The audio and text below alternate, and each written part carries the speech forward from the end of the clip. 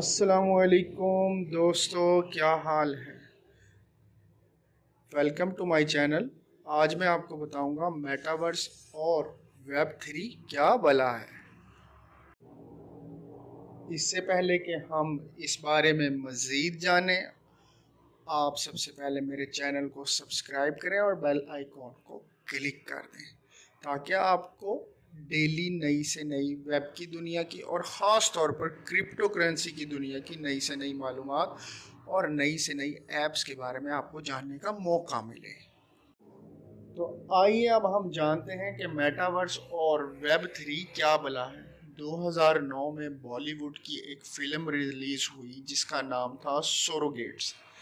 اس film میں یہ دکھایا گیا کہ ہر شخص، بوڑھا جوان، گھر میں ایک خاص قسم کی الیکٹرک کمپیوٹرائزڈ کرسی پر خاص قسم کی اینک لگائے بیٹھا ہوا ہے سے اپنے سوروگیٹ کو کنٹرول کر رہا ہے۔ اس طرح سب لوگ اپنے اپنے گھروں میں ایسی ہی کمپیوٹرائزڈ کرسیوں پر اینک لگائے لیٹے ہوئے ہیں، اور ان کے سوروگیٹ جو دراصل انہی کی شکل کے روبوٹس ہیں جو باہر معاشرے میں مارکیٹس میں پھر رہے ہیں، جن کو وہ مکمل طور پر اپنے دماغ سے کنٹرول کر رہے ہیں، اور اگر ان میں سے کسی دو کی لڑائی ہو جاتی ہے تو مرنے والا روبوٹ ہوتا ہے۔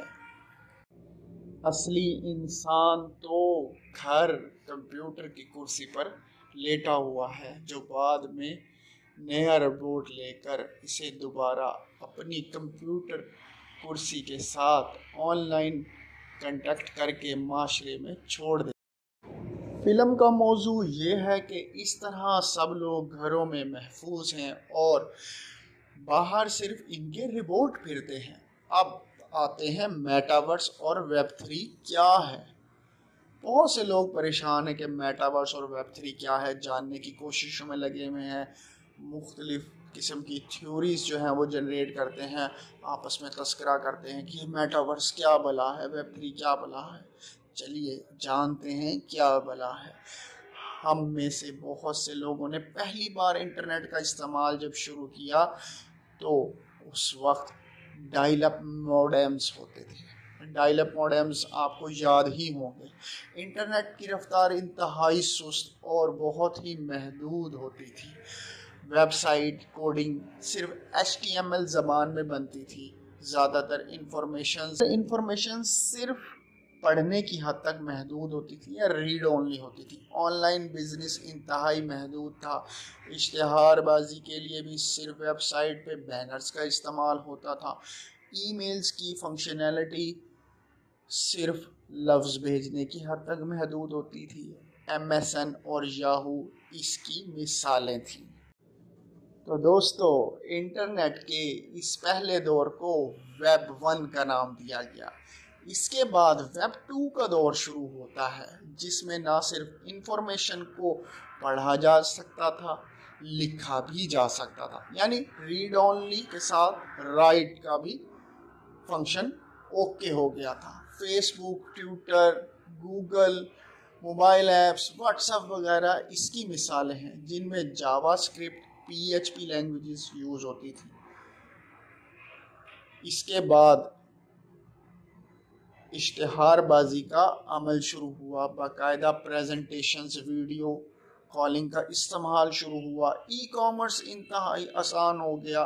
Amazon، eBay جیسی ویب سائٹیں ویب 2 کی دین ہیں، جہاں رنگ برنگی ضرورت کی چیزیں دیکھ کر اپنے کریڈٹ اور ڈیبٹ کارڈ سے خرید و فروخت آسان ہو گئی۔ پاکستان میں دراز.pk اس کی ایک مثال ہے۔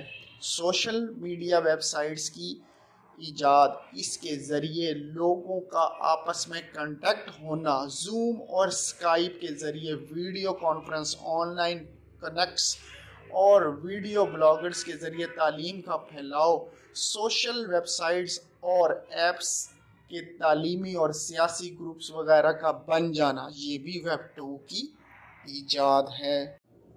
لیکن اب میں جس دنیا سے آپ کو روشناس کرانا چاہ رہا ہوں وہ کچھ اور ہی ہے، لیکن